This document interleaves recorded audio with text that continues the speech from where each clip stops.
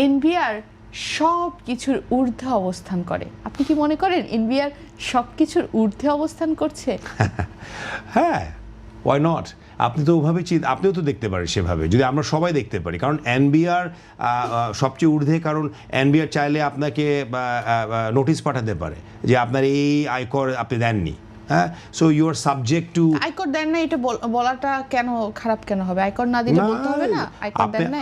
আয়কর চাইতে পারেন, কিন্তু কি মোডাস অপারেন্ডিতে চাবেন বা কিভাবে জিনিসটাকে মানে মানে কেউ কি ভিক্টিমাইজ হচ্ছে কিনা সেটাও তো আপনাকে দেখতে হবে। সেই জায়গায় তো প্রশ্ন, আসলে আয়কর চাইলে তো সমস্যা নেই, কিন্তু এনবিআর কি এমন হয়েছে যে সে সবকিছুর ঊর্ধ্বে চলে যাচ্ছে? আয়কর চাইলেই কি সবকিছু ঊর্ধ্বে চলে যাবে? আয়কর চাইলে ঊর্ধ্বে যেতে পারে, কারণ আপনার দেখতে হবে যে সেটা আপনার সেটা ব্যবসায়ী হোক, পার্সোনাল হোক, সেটা যখন আপনাকে যেই আপনার ফেয়ার হিয়ারিং পাচ্ছেন কি না সেটাও দেখতে হবে। এর জন্যই বলা হচ্ছে যে ঊর্ধ্বে, কারণ আপনার মানে আপনার রোজি রোজগার কিন্তু ইজ রিলেটেড উইথ আপনার ট্যাক্স, বা ট্যাক্স ডিপার্টমেন্ট চাইলে কিন্তু তারা আপনাকে ফাইন করতেও পারে কোনো ক্ষেত্রে।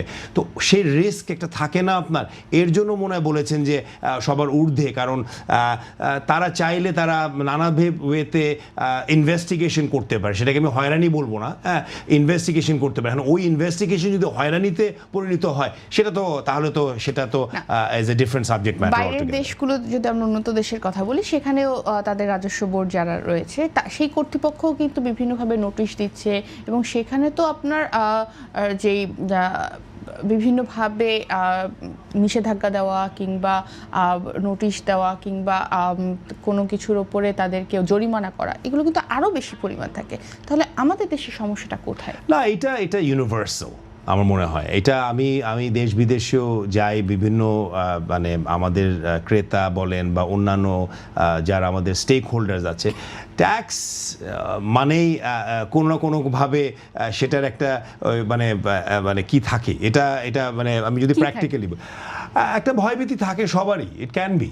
কারণ আপনার যদি কেউ এসে যদি আপনাকে বলে আপনার এত ট্যাক্স দিতে হবে, রাইট, আপনি বলতেন না আমি তো এত ট্যাক্স দেওয়ার আমার কথা না, তখন then that becomes a matter of investigation, that becomes a matter of study বা চেকিং।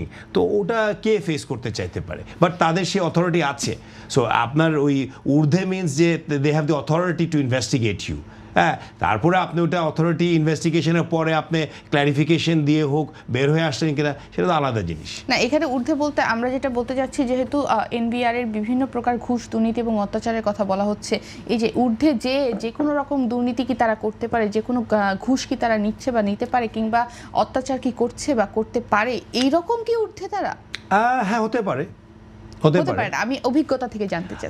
হ্যাঁ, হয়, অনেক ক্ষেত্রে হয়। আমি যেটা আপনাকে একটু আগে শুরুতে বললাম যে ফাইনাল সেটেলমেন্ট, এটা আমাদের বিজেপি প্রেসিডেন্টও সেদিন এনবিআর চেয়ারম্যানকেও বলে এসছেন বাজেট হিয়ারিংয়ে, যে এই হয়রানিটা হচ্ছে। কারণ আপনার এখানে আপনি বুঝতে হবে যে ট্যাক্স কিন্তু আপনার বিভিন্ন ক্ষেত্রে আমি কিন্তু আবার পোশাক শিল্পের কথা প্রাইমারিলি বলছি, আমরা কিন্তু বিভিন্ন ক্ষেত্রে আমরা ট্যাক্স দিচ্ছি। আমাদেরকে এক ধরনের আপনার ক্যাশ ইনসেন্টিভ দেওয়া হয়, আমাদেরকে ইনসেন্টিভ দেওয়া হয়। আমরা ইনসেন্টিভ পাই গভর্নমেন্টের থেকে, ইনসেন্টিভ পাওয়ার পরে 10% আপনার ক্যাশ ইনসেন্টিভের থেকে ট্যাক্স কেটে নিচ্ছে আবার। তারপরে আমাকে দিচ্ছে আপনার ধরলেন 1 টাকা, ওটার এগেনস্টে আপনার 10 পয়সা কিন্তু নিয়ে নিচ্ছে ওইটার উপরে আবার ট্যাক্স দিয়ে, রাইট? তাহলে তো আর সেটা তো আর আপনার ইনসেন্টিভ হতে পারে না।